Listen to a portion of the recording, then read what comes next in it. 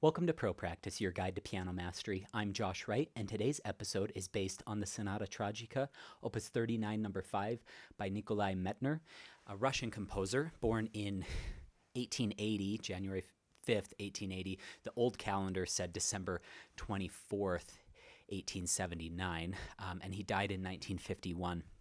This beautiful piece it comes from a set called The Forgotten Melodies. This is the second cycle of Forgotten Melodies. It's commonly played with the piece directly preceding this fourth in the set, called Canzone Mattinata, so morning song, because they both share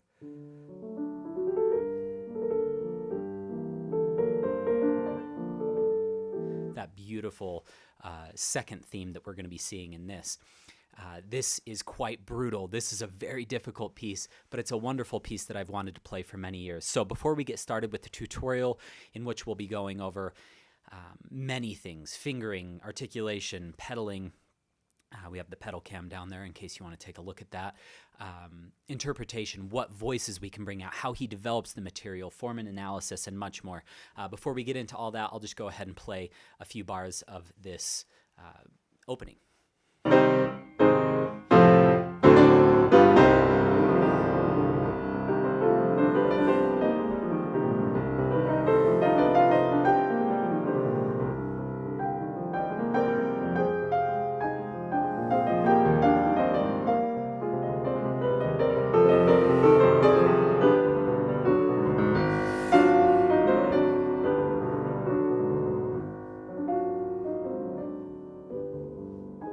Okay, we'll just pick up from there, or we'll stop there. The second theme, as I played a little bit of earlier, goes like this.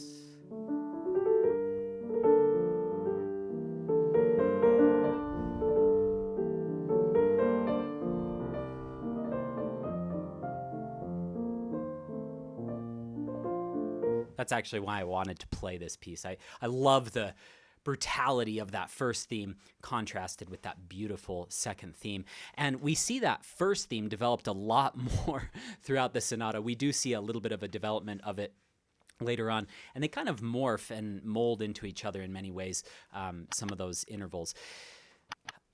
To get started, I want to talk just briefly about form. This is a sonata form. We have those two main themes, so obviously bar 1 starts the first theme. Where I just referenced, that second theme starts in bar 79. So this is the upbeat in bar 78.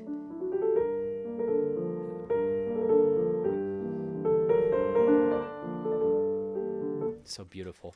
And then we see an end.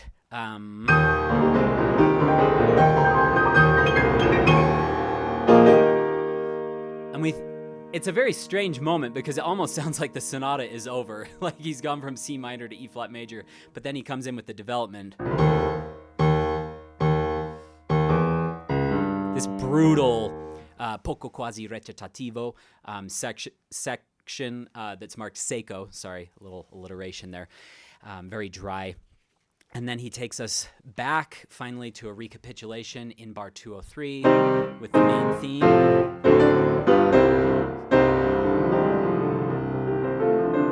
And I'm going to be going over some very unique voicing that I came up with with some inner lines in that recapitulation, just to make things differently, sound a little bit differently. And then we go into this very strange D flat major. So compared to C minor, we go to the Neapolitan.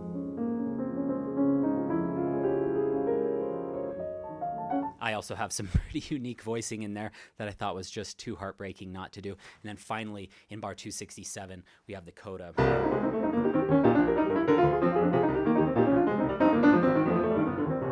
Very intense, very difficult material. I've only been at tempo memorized with this piece for maybe 3 to 4 weeks now, so this is still fairly new for me. But I want to share the bulk of what I have learned so far with this piece. I'll continue to perform this for quite some time. But I wanted to thank a few people, my wife Lindsay for all of her tips with this, and also my longtime teacher, Susan Dolmeyer, she heard this a few weeks ago and had some brilliant suggestions, especially on that development. My goodness, really amazing suggestions that I'll share in this video. Let's get started. I think the thing that bothers me about so many recordings is, first of all, it's marked fortissimo, but anytime something is marked fortissimo, I just think of Sergei Babayan saying, "What, your mind goes out the window fortissimo? You are bull on red carpet, you do nothing but bang on the piano." And so even with, I mean, he said something like that. I love Sergei Babayan. He's one of my favorite human beings, and he's definitely my favorite pianist. And his words often are going through my mind during my practice sessions because he was such an influential teacher, along with Susan Dolmeyer and Logan Skelton, my teacher at Michigan. I've been very fortunate to have studied with them. And so with that in mind, the fortissimo, I still don't like kind of this brutal, like, vertical attack, like, that you hear in some recordings. I think that sounds very brash. And I mean, it can be brash, but there is like a greater grandeur that could be happening with this. So maybe come down slightly on the A flat and then grow. It sounds just as big, and it actually gives it more momentum and more direction when you do that.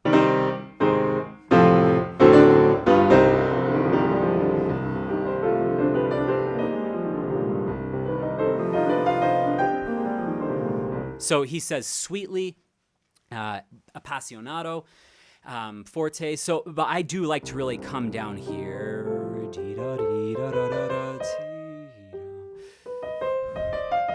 This part of the theme is actually developed over in bar 54 by itself.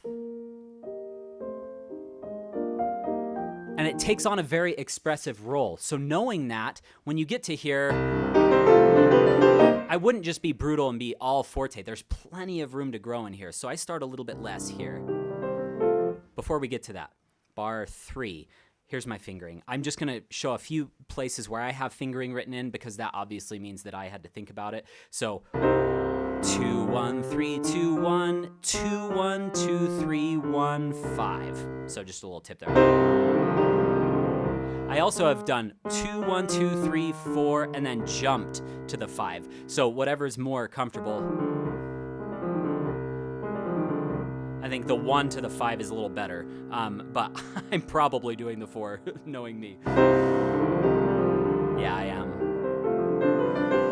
And you can use a little bit of rubato to make it a little bit more pleading. And resolve it down to here. Don't smack your resolution. A little higher level. And then a lot of people in recordings will just go, that is just molto cantando, like very beautiful singing. I start less.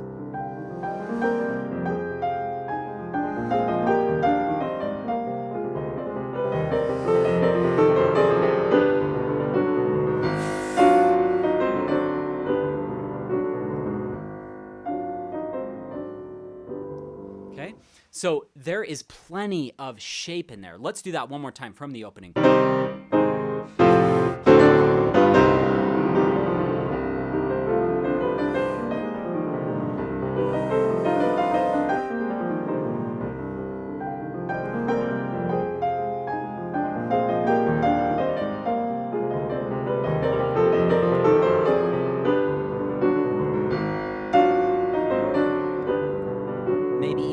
This time going to that meno forte. So, and my apologies, this piano was tuned specifically for this in the Bach French Overture tutorials.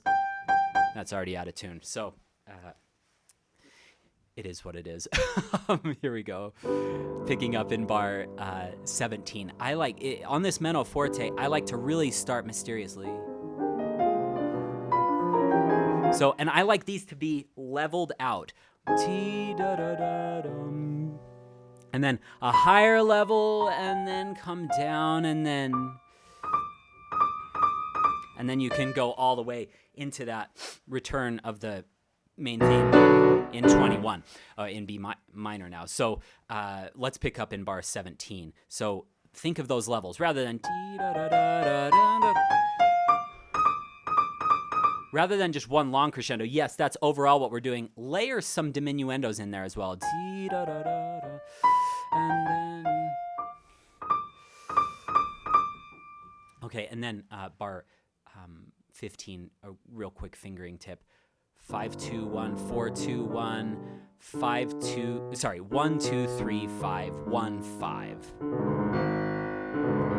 That's pretty comfortable, so. Time.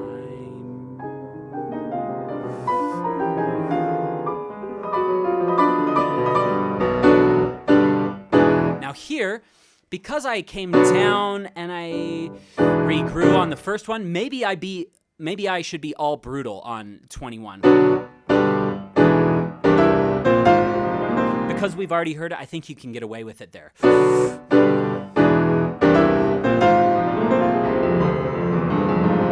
You have this wonderful thematic fragment down there. So bring that out. So, and then here, as you can see, I'm trying to create variety with the different iterations of that main brutal blow of fate, you know, that stuff. So one thing that you can do is you can take time in different places. You can do the dynamics differently. So far, we've done dynamic differences, but we haven't really done much with articulation. One thing that you may do is articulate the rhythm just a little bit differently. What I mean by that, on this F minor one in bar 25, maybe you just stretch that out a little bit. Just an option. Or you can keep it nice and intense, but I do think that adds some nice variety. And then he says marcato down here again. So just another little thematic fragment that you want to bring in. I've been so impressed. Rachmaninoff, so he, Medtner studied with Rachmaninoff's teacher as well. So they studied with the same instructor, although Rachmaninoff wrote to Medtner and said, I think you're the greatest composer of this time. Now, whether that's true or not, I think Rachmaninoff's some pretty stiff competition. I like Rachmaninoff a bit more. But I have noticed that Medtner, like Rachmaninoff, gives us so much opportunity. I've been so impressed with his compositional style of giving us so much variety with inner lines and little thematic fragments that add this flavor and this spice to the music. So make sure you don't ignore these. So try that again.